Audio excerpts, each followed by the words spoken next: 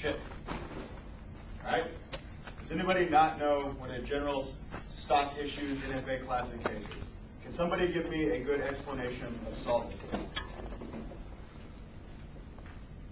What's up? A proof of whether or not your plan will work. Does that sound good to everybody?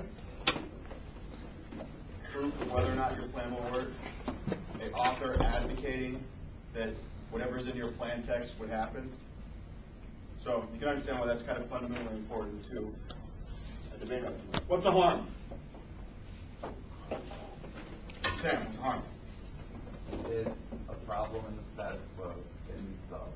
Give me an example of a harm in context of the Gitmo Act.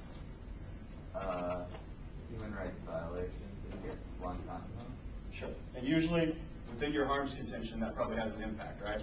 Right. So, yeah. Inherency. Sarah Spiker, what's inherency?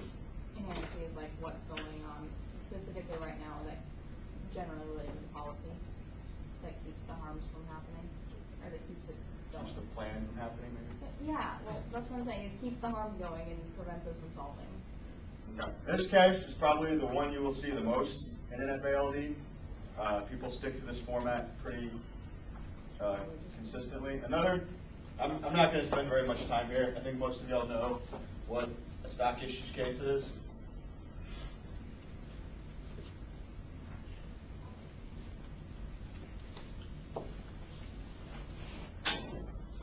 Another way to make a case argument is comparative advantage cases, which don't use the traditional inherency, harm, solvency contentions. They have solvency arguments within the advantage. Your argument would be advantage one terrorism or advantage one soft power. Your inherency, your harms, and your solvency are all kind of contained in that advantage. And so that's probably the more predominant and probably better way of making a case argument. I guarantee the Gitmo Act that we put out here is going to be in a comparative advantage format. The main distinction is that you don't have the general categories that you isolate there. You put them all within one advantage, and your advantage will be soft power. Your advantage will be, and your arguments in there will talk about U.S. credibility. You'll have arguments within that advantage that talk about when we pull out of Gitmo, that would increase soft power. You'll have an impact to soft power. You'll probably have something explaining what it is. But all of those things will be contained within one advantage as opposed to split up into separate arguments. As far as sneaky aft tricks go, the main aft that I think that people are going to have fun with this year is the Cuba Says No aft. One way to go about this is to set up, we're going to do a lot of research here. We're going to figure out what Cuba likes. Like yesterday we talked about how Cuba really likes alternative energy projects. If we were to work with them over alternative energy projects, that's probably something where Cuba would say yes, and we could claim advantages of increasing cooperation in the area of alternative energy with Cuba. However, there's also some things like there's a good chance Cuba, Raul Castro, will veto and say no to. Like, for example, immediately opening up all of their economies, or I guess like transitioning to democracy and free market capitalism and that kind of stuff. I have the feeling that Cuba is probably going to say no to some of those things. So it could be strategic for affirmatives to find an area that we know and that you have evidence for, and that it's easy to find evidence for, that says Cuba will say no. What will happen is you read your whole argument about why we should do this plan with Cuba, and you would wait for the negative to stand up and be like, listen, Cuba's not going to agree to this. They're going to say no. And then they'll read their dissent or their T violation or whatever. And then in the 1AR, you stand up and you're like, yeah, they said no. Thanks. And you claim advantages off that statement that they said no. Like it could be that, listen, the fact that the U.S. offered it to them was all that we needed to increase our credibility, and the fact that Castro said no. It's not like we're just going to cede to socialism here or anything like that, but at least we're offering them concessions as opposed to just maintaining the current the status quo from the embargo and everything like that. Another thing me and Mark were talking about last night is you could also claim domestic Cuban advantages off of this same argument. You could say, yeah, it's good for America to offer some granting, and it builds Raul Castro's local credibility in Cuba if he rejects the United States.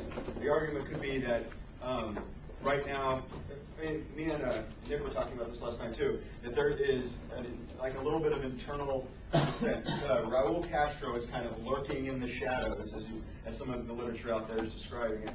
And he still has a little bit of authority and still speaks to the public on Raul Castro's policies. So the argument could be that if Raul Castro were to say yes to American demands or American constructive engagement, that would provide factions in Cuba that would split, and that could lead to an internal conflict. I don't have evidence for this question yet, so if we can find this, that would be awesome.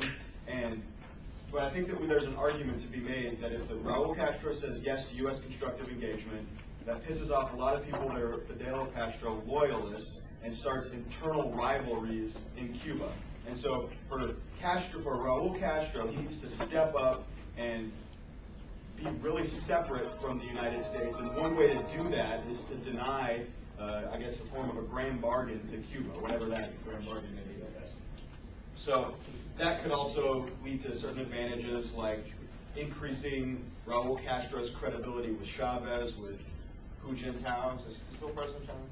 But yeah, so I think that there's ways to use the Cuba says no argument very, very strategically in this year's resolution.